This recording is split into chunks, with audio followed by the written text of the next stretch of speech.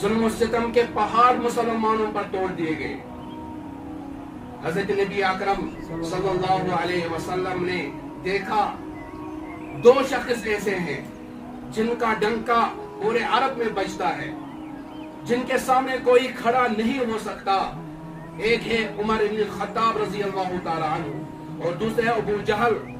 हजरत नबी अकरम सल्लल्लाहु अलैहि वसल्लम रात को अपने हाथ उठाकर अल्लाह तबारक व तआला की तरफ दुआ करते हैं, या अल्लाह इन दोनों में से जो भी आपको ज्यादा पसंदीदा हो, जो भी आपको ज्यादा महबूब हो, उसको इस्लाम की दौलत अता फरमा। सुबह को जाकर जिसके पूरा फाल जिसके नाम पर निकला, वो जिसका मुकद्दर का सितारा चमका, जिसका नसीब बाले उरूज से जाकर टकराया, जिसके नाम से कुफ्र के ईमानों के अंदर काफिर लोग लरस जाते थे, वो हजरत उमर फारूक रजी अल्लाह तआला अन्हु सुबह को निकले नंगी तलवार लेकर, गुस्से की हालत के अंदर कि आज मैं चरागे नबूवत को गुल करके ही दम लूंगा।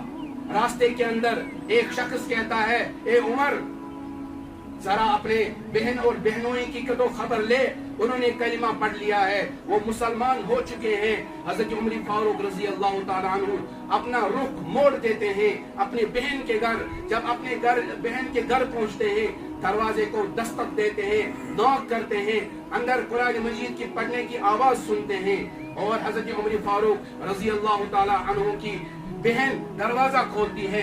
हजरत उमर फारूक रजी अल्लाह तआला अन्हु अपने बहन को बहनोई को मारते हैं और उमर मार रहा होता है, बहन मार खा रही होती है।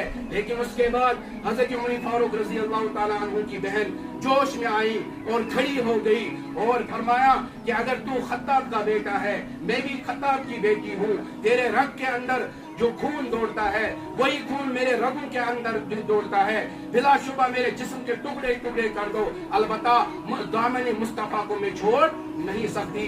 हजरत उमर फारूक रज़ी अल्लाह ताला अन्हु हैरान हो गए, परेशान हो गए, शर्मरा रह गए और इस्तिजाब के समंदर के अंदर मुब्तला हो गए। सुम्मुन बुकमुन उम्युन का की तस्वीर बनकर कंफ्यूज हो गए। वो उमर जिसके सामने कोई खड़ा नहीं हो सकता, जिसके सामने कोई जुर्रत नहीं कर सकता बोलने की, उसके सामने एक नाजुक एक औरत खड़ी हो गई है। वो क्या चीज है जिसने तुम्हारे दिल के अंदर इतनी हिम्मत पैदा कर दी, जिसने तुम्हारे दिल की काया ही बदल दी?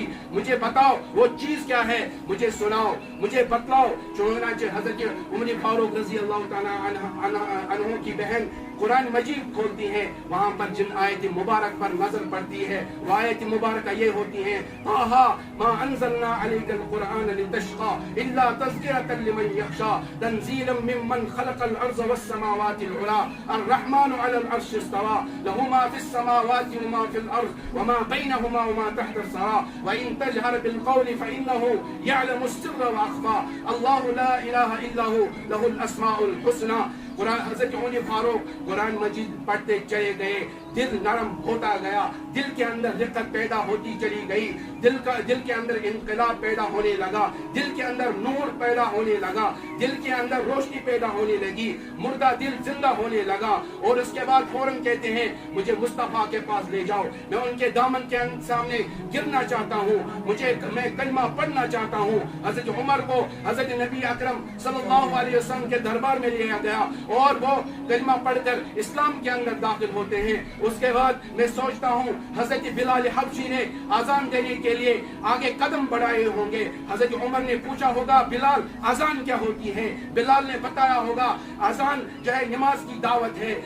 हजरत उमर ने पूछा होगा नमाज क्या है, हजरत बिलाल ने कहा होगा ये अल्लाह की बंदगी है। हजरत उमर ने फरमाया फिर छुप कर क्यों करते हो, कहा कि काफिर बैतुल्लाह के अंदर जाने नहीं देते। हज़रत उमर फारूक रज़ी अल्लाह ताला अन्हु ने फरमाया ये हो नहीं सकता, उमर इस्लाम के अंदर दाखिल हो चुका हो, फिर अल्लाह की बंदगी पोशीदगी की हालत में की जाए। हज़रत उमर नंगी तलवार लेकर आगे बढ़ते हैं, पीछे सहाबा भी होते हैं और कुफार के जुर्मत में जाकर निरा बुलंद करते हैं और इस्लाम का परचम बुलंद करके कहते हैं जिसको अपनी बीवी को बेवा बनाना हो, जिसको अपने बच्चों को यतीम बनाना हो, जिसको अपने माँ बाप को बेसहारा کرنا ہو, جس کو اپنے پاؤں اور جو ہے ہاتھ پاؤں توڑوانے ہو, وہ عمر کے سامنے کھڑے ہو کر دکھائے. اس طرح سے سب سے پہلی شخصیت جس نے نعرہ توحید بیت اللہ کے اندر بلند کیا وہ حضرت عمر فاروق رضی اللہ تعالیٰ عنہ.